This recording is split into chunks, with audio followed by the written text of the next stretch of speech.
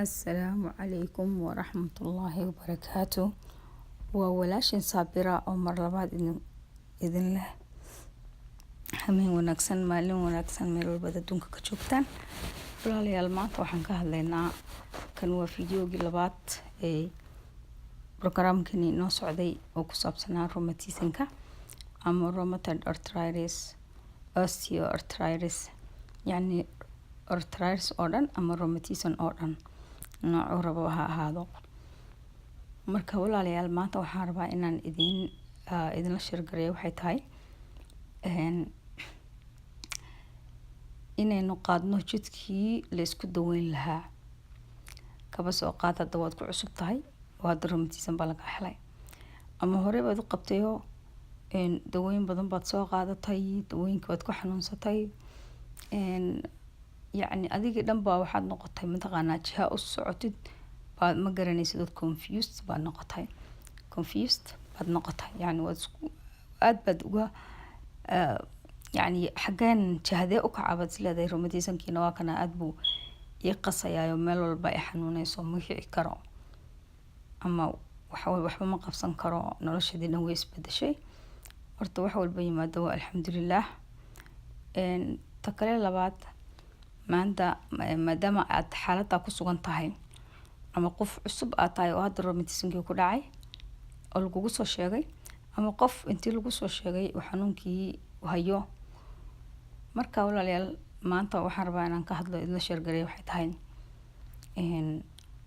haddaad rabtid qof walba hadduu rabo yani jid ama inuu maro ama wax noloshiisa rabo inuu iska bedelo tallaabo ayuu qaadaa.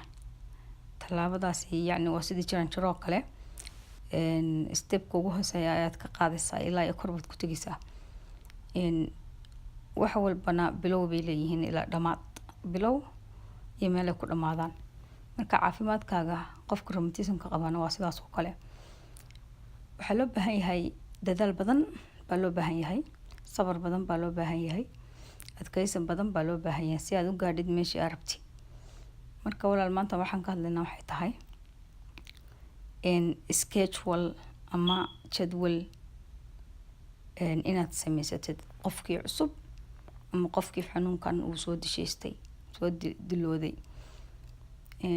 markaan leeyahay jadwal samayso waxa weeye yani qofkii cusub iyo qofkii soo haystay xanuunku waxaad rabtaa noloshaada inay wax iska bedelaan in xanuunkani بإذن الله وكاتقو أما كايرادو أما أنسي أديشد وحنونك يكارك بدن I think هو فهمية يعني دد بدن بايلا فهمية مركان لاي هاي كارك بدن يعني قفك هادو حالة كسوكي هاي حنون لك شاكين كرم معها قفنا يعني هل كان it's very hard وحنون آد معرض وحنوية مركا وحن كولاي هاي جدول سميسو waxay tahay jadwalka cuntada samayso, jadwalka daawada samayso, jadwalka mudaawaadka samayso. ay jid oo isku daweynaysid waa inaad jadwal la timaadid. jadwalkaas muxuu yahay 7 cisho baa jira yani isbuuci 7 cisho isniin ilaa iyo axad. okay maalinta isniinta kale ka soo qaad adiga marka waxaa loo baahan yahay jadwalkan wuxuu ka caawinayaa waxay tahay waxaad kala ogaanaysaa okay ma cuntada aan hadda cuno waa dhibigu haysa 90% ilaa iyo 80 dadka rheumatismka qaba waxay ka timaadaa yani cunto xumo cuntada diet-kooda oo fiicnayn baa xanuunka ku siyaadiya oo yani ama infection ku guridaya ama allergic reaction sameynaya jirka sameynaya marka cuntooyinka qaarkood marka cuntid marka sida ku ogaan kartaa sidee rabtaa inaad ku ogaatid in cuntadani aad problem ku qabtid. okay maalin walba gurigaaga cuntada aad ka karisid hadda fiiro gaar u yeelo waa inaad iska jeegaraysid oo iska fiirsid cuntada maanta maxaan cunay.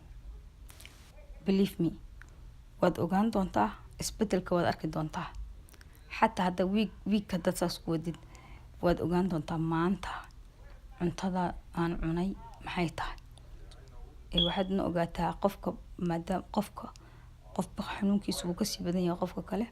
qofka sonkorta aad iyo aadka macaanka ugu badan sonkorta badan cuna, qofka cusbada badan cuntada ku darsada, qofka saliidda badan ku darsada, qofka maaragtay waxyaalaha soodhada ah ee cabitaanka soodhooyinka yacni Pepsiga, Coca-Cola, wixii aan caafimaad ahayn oo dhan qofka caba xanuunkiisa wuu ka badan yahay qofka maaragtay naftiisa take care gareeya oo naftiisa maaragtay cuntada cuno ka fikira.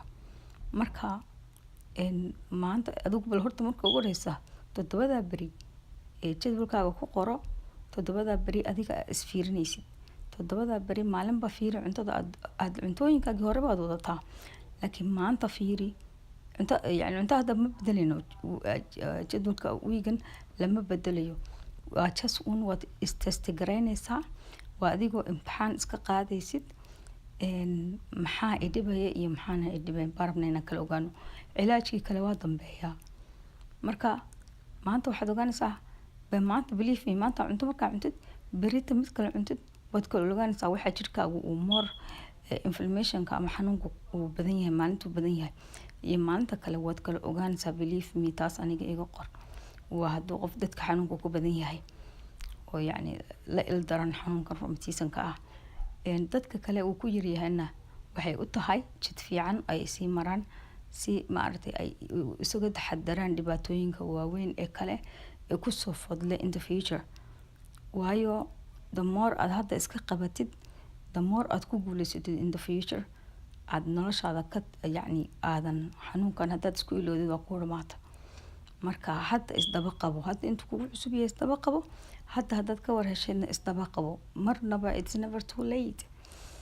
oo marnaba wax yacni naftaada ma khasaaraysid haddaad rabtid inaad change samaysid, isbedel inaad la timaadid. wax khasaaro ah marnaba khasaaro ma jiro. hadda ka bilow. marka 7 beri insha allah baad waxaad samaynaysaa cuntadaada maalinba maanta waxaan cunay qor. waxaad cuntay qor. maalintii kale iyadana sidoo kale qor ama ogow xataa haddaadan qorayn maanta dheh maanta waxaan cunay, maalintii kale waxaasaan cunay. adigu fiiro gaara u yeelo because haddaadan fiiro gaara u yeelin aad xanuunkaas rheumatismka ama rheumatoid arthritis qabtid ama lugaha lagaa qabto ama barar ha kugu jiro ama gacmaha lagaa qabto ama garabka ha ku xanuuno ama qoorta lagaa hayo adiga ayaa isku ma aragtay dabiib. marka walaalayaal insha allah next time waxaan ka hadlaya waxay tahay yacni waxyaalihii hadda cuntadii baad eegaysaa wixii aad ku xun tahay hadhowta waxaas hadday ku xun yahay qaar baad ka qaadanaysaa is leedahay okay kan kama maarmi karo cuntooyinkaas. laakiin waxaa kuu daran ee saayidka kuugu daran aad is leedahay marka afka saa u gelisid babog waan barari ama waan meel baa ku xanuunaysa ama xanuunka kugu bata dee kuwaas adba caqligaaga waad iska reebaysaa oo wax kaloo fiican baad ku bedelaysaa. ma aha inaad cuntadii ka go-aysid, waad ka bedelaysaa cuntadii. markaad bedeshid wax fiican baad ku bedelanaysaa. isku xataa maanta midkan cuntooyinku way kala duwan yihiin. maanta hadda mid yar ku yar xanuunsatid midka kale aadka kuugu xun ee jirkaaga aadka u gubaya ee meel walba xanuunka kugu saacidinaya bedel wax kaloo aad ku bedelaysaa oo fiican insha allah. marka waynu ka hadli doonaa waxa kale ee aad ku bedeli doonta allah hadduu yiraahdo. daawaadku waa badan yahay maaragtay maasha allah waxyaalaha badan ee ku caawinaya ku caafinaya insha allah biidnillah step by step way wax walbaba. marka walaalayaal intaas ayaan kusoo gabagabeynayaa maanta programkeena. marka waxaan idinka tegayaa khayr iyo barako insha allah iyo ismaqal kale haddii eebo idmo insha allah.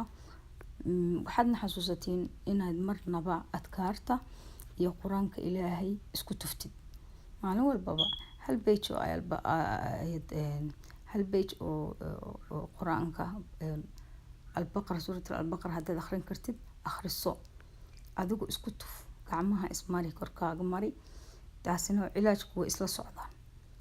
gacmahaaga ku tuf qur-aanka akhriso ismari. number 1 cilaajka ugu horeeya waa qur-aanka ilaahay weeye. adkaarta akhriso adkaarta akhriso ilaahayna bari inuu kaa dulqaado insha allah biidnillah waad caafimaadaysiin.